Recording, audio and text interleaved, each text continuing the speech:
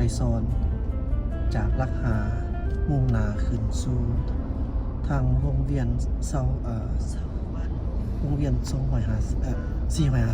450พูดเข่งถาดหลวง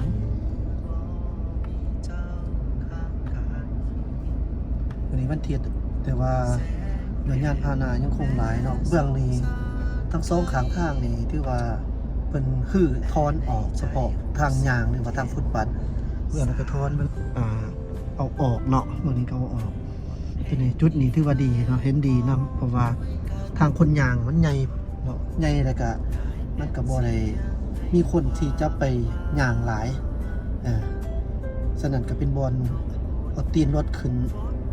คือว่าไปจอดอยู่เทิงหันซื่อๆเนาะในเมื่อเฮ็ด BRT แบบนี้แล้วการที่ขยายทางออกเบื้องนั้นถือว่าเป็นสิ่งที่ดีเห็นดีขนาดนั้นเนาะค่อยไปค่อยมาเพราะว่าการก่อสร้างเพิ่นก็ยังคงสืบต่อเฮ็ดอยู่อย่างต่อเนื่องฉะนั้นก็ค่อยไปค่อยมาเนาะ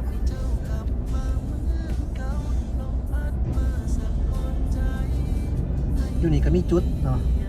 จุดสถานีแถวนี้มันแถวศูนย์สีมือแห่งงานจุดสถานี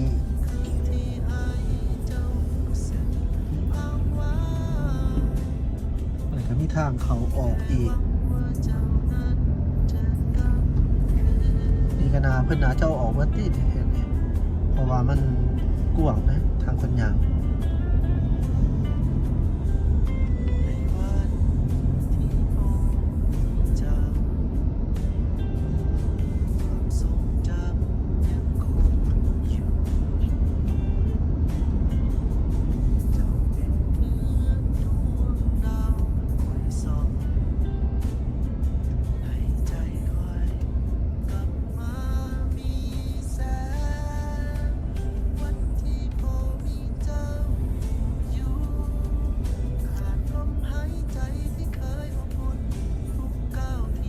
ก็แม่นจุดที่จะไปทาง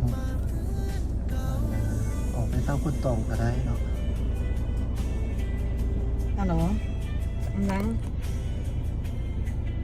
โนอยู่ บอนไฟแดงโพนพะเนาอพาร์ตเมนต์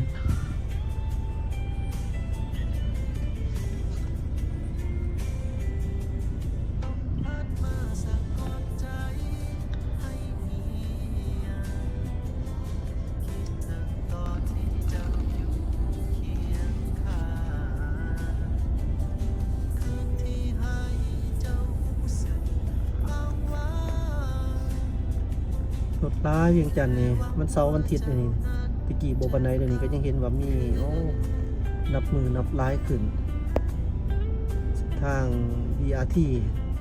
มันสิตอบโจทย์ได้บ่เนาะเพราะว่าเป้าหมายลดทอนการนำใส่รถส่วนตัวเพื่อลดทอนการแออัดจะมีคนมาใส่หน่อยได้เพียงไหนถ้าเบิ่งนำกัน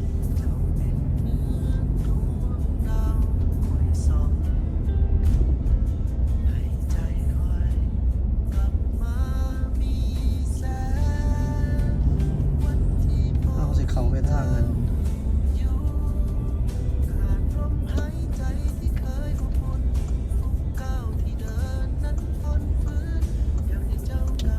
ตัวนั้นก็แมนเนาะบอนเขาเห็นติดกาแฟแดงแต่เป็นจุดสถานี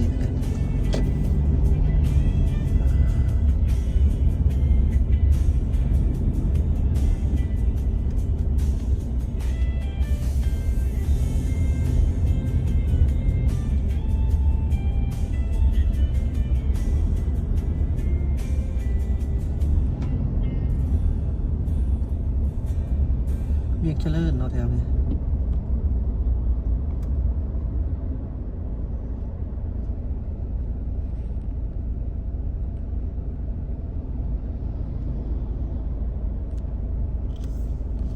ไปทางไหนกับรถติดเป็นแนวไหนวะรถขึ้นหลายแต่บัดนี้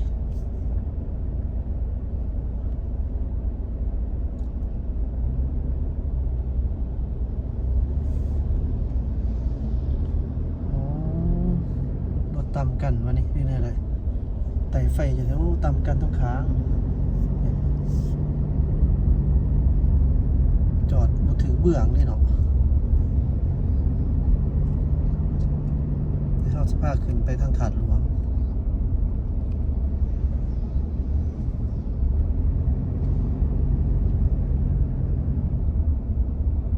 เวียงเจริญพ่อแม่พี่น้องอยู่ต่างประเทศมีบ่บ้านมันมีบ้านอยู่เวียงเจริญบ่ทักทายคอมเมนต์กันได้เด้อนี่แหละเวียงเจริญในมื้อนี้เป็นแบบนี้เนาะนี่เพียงแต่หน้าทางใหญ่ซื้อมันก็บ้านเฮือนคนก็เลิกเขาตามซองข้างทางนั่นแหละมีเพียงแต่อยู่หน้าเนาะก็เป็นลักษณะแบบนี้เขตนี้ยังบ่ทันมีตึกยังหลายเขตนี้มีแต่เป็นเพื่อน2-3 สั่นซื่อๆไก่กับถาดหลวงเป็นมโนทางเขาถาดหลวงนี่แม่นนี่เอาอีกเทิงนี่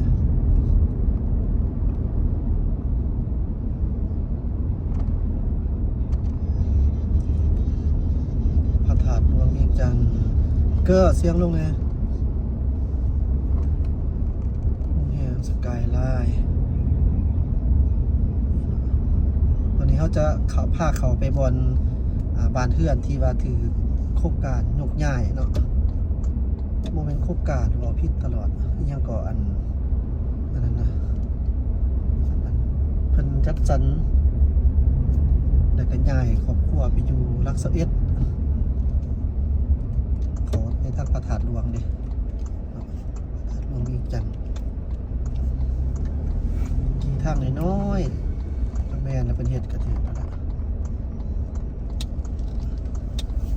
นี่ทางเบื้องหลังองค์พระธาตุเวียงจันทน์โอ้งามแท้ดอกคูณบวกกันกับทางพระธาตุหลวงเวียงจันทน์งามขนาดเลย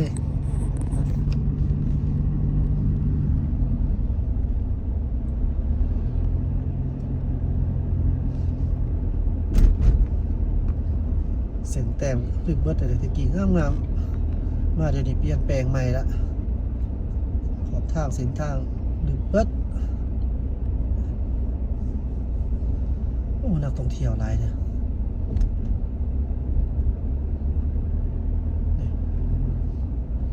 มาแบบพวกทัวร์เลยเนาะเป็นทัวร์มาผมก็เคยเห็นก็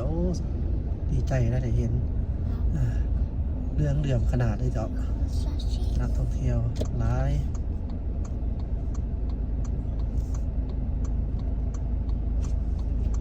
ว่าเข้าไปเหรอ บ่ได้เขาเนาะ ตอนว่าอย่าง ไปทำไอวิโอ้ยงามแท้ๆเนาะพุทธาสีใหม่ว่าคือว่าเหลืองงามแท้ๆ